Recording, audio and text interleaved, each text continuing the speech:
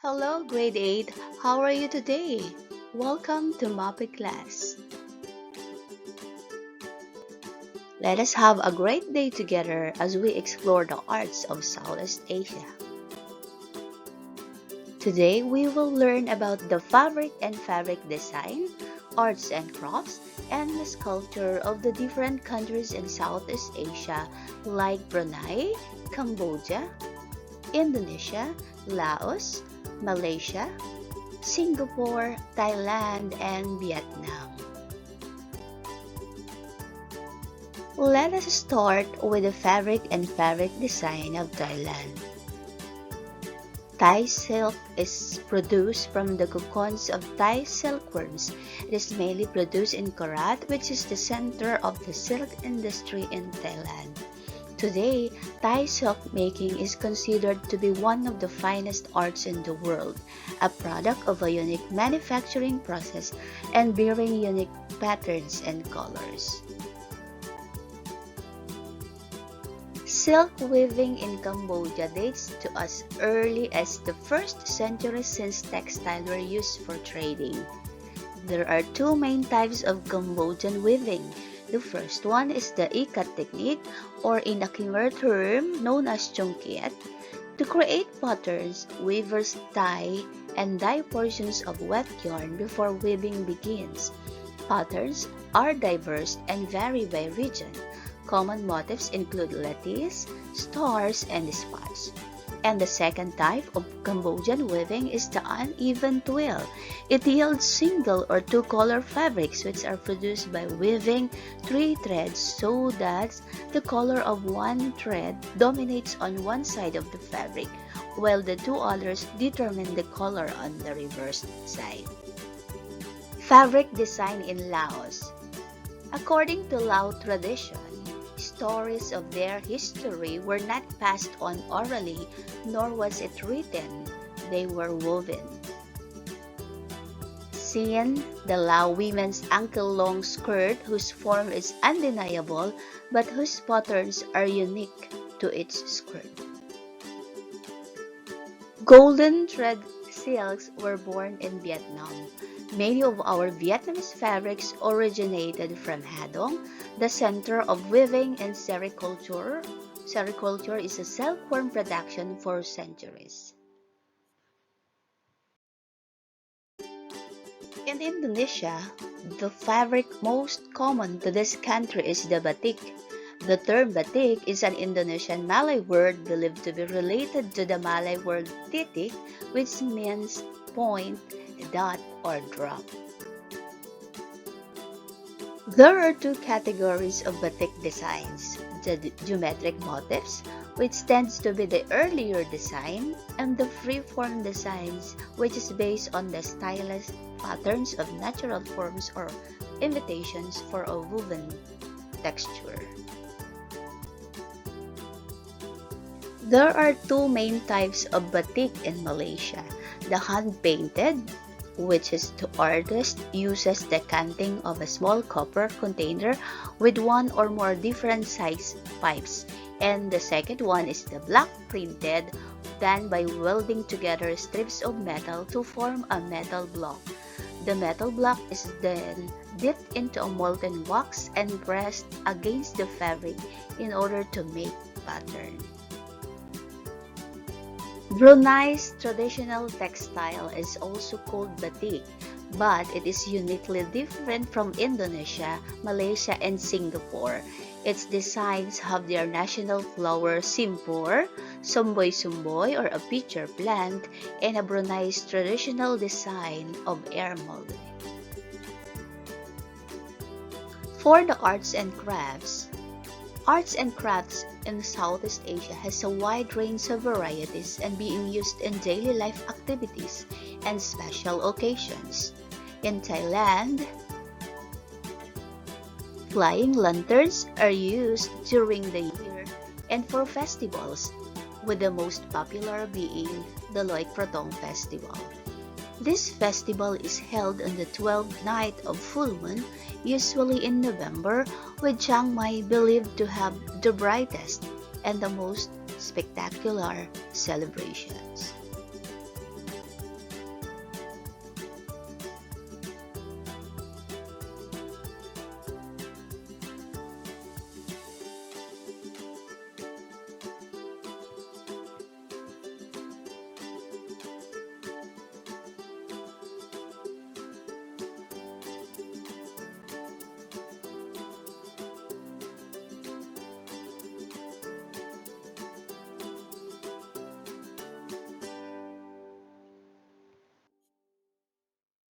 Flying lanterns are made out of rice paper with a bamboo frame, which contains a fuel cell or a small candle. When the fuel cell is lit, the flame hits the air inside the lantern, causing the lantern to rise. Arts and crafts of Vietnam. Vietnamese silk painting is one of the most forms of art in Vietnam, favored for the mystical atmosphere that can be achieved with the medium. During the 19th and 20th centuries, French influence was absorbed into Vietnamese art, and the liberal and modern use of color especially began to differentiate Vietnamese silk painting from their Chinese or Japanese counterparts. Vietnamese silk painting typically showcase the countryside, landscape, pagodas, historical events, or scenes of daily life. In Indonesia, shadow puppetry is famous, and wayang kulit is one of the famous shadow puppetry in this country. Wayang in modern Indonesian language means show or perform, while kulit means skin, a reference to the leather material that the figures are carved out of. Others says that wayang is also attributed to the Indonesian word bayang, which means shadow.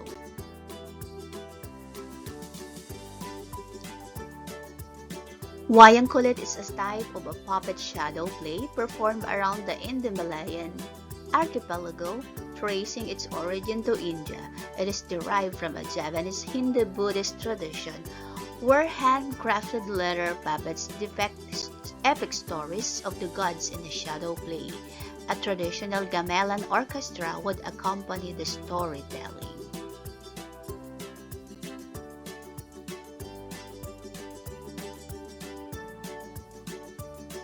In Malaysia, Wow Kite in Malay is a uniquely designed Malaysian kite called Wow.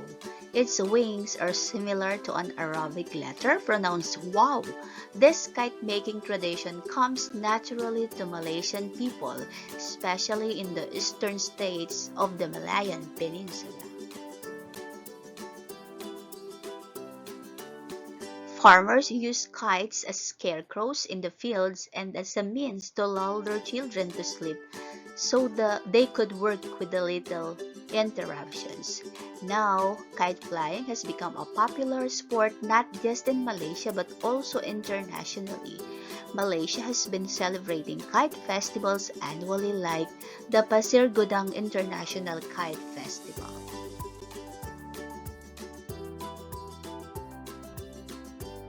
The sungkok.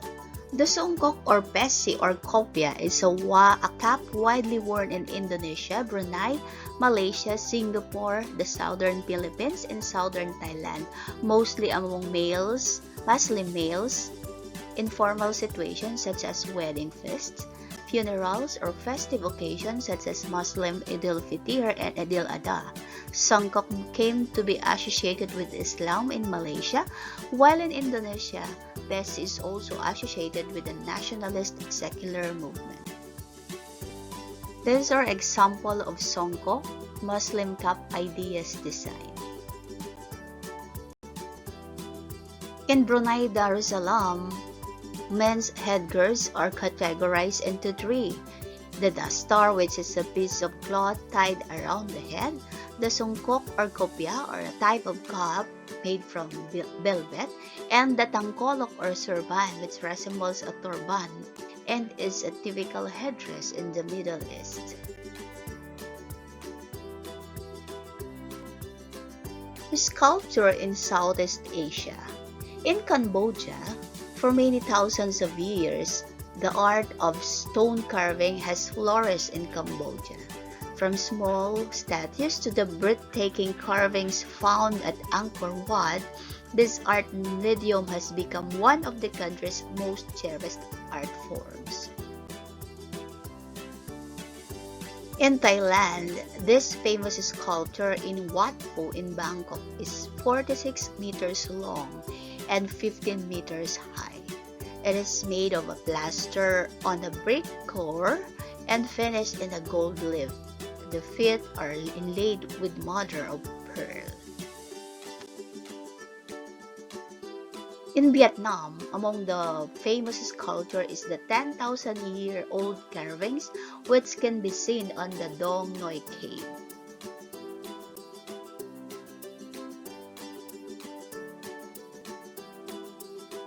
While in Indonesia, the most amazing sculptures are the Asmat wooden sculpture of Papua, the Dayak wooden mask and sculpture, the ancestral wooden statue of Jaraha, and also the totem-like sculpture of Batak and Nayas tribe. So from the classical Hindu-Buddhist era of Indonesia, the most prominent sculptures are the hundreds of meters of relief and hundreds of stone Buddha at the Temple of Borobudur in central Java. Most of Malaysian sculptures are reliefed. So relief is a sculptural technique where the sculpted elements remain attached to a solid background or the same materials. There are three main types of relief sculptures in Malaysia. The alto form, almost completely carved from its surface, highly shaped, with a very little of structure touching the base, and similar to the Egyptians' alto relief sculptures of gods of or pharaohs attached to the temples common among the Greek and Romans. The second type of relief is the bas form.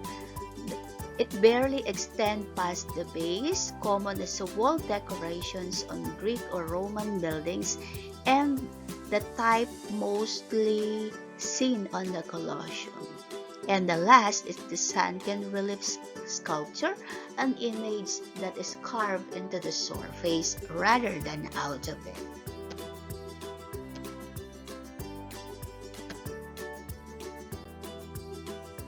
In Singapore, the Merlion is also partly inspired by the story of how Singapore got its name, or the Singapore story.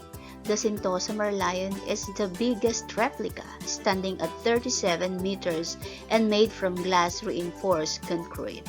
The Merlion is the Singapore's famous trademark. So I hope that you enjoy our virtual travel and discovered beautiful things about the arts of Southeast Asia. For your activity today, it is entitled My Treasure. I want you to draw your own design of songkok in a bond paper. So using this template, you can design your own songkok. So you may use your talents in designing it using different colors and different materials available at home. So enjoy your activity. Thank you for watching, and always remember, never stop learning. Thank you so much and keep safe always.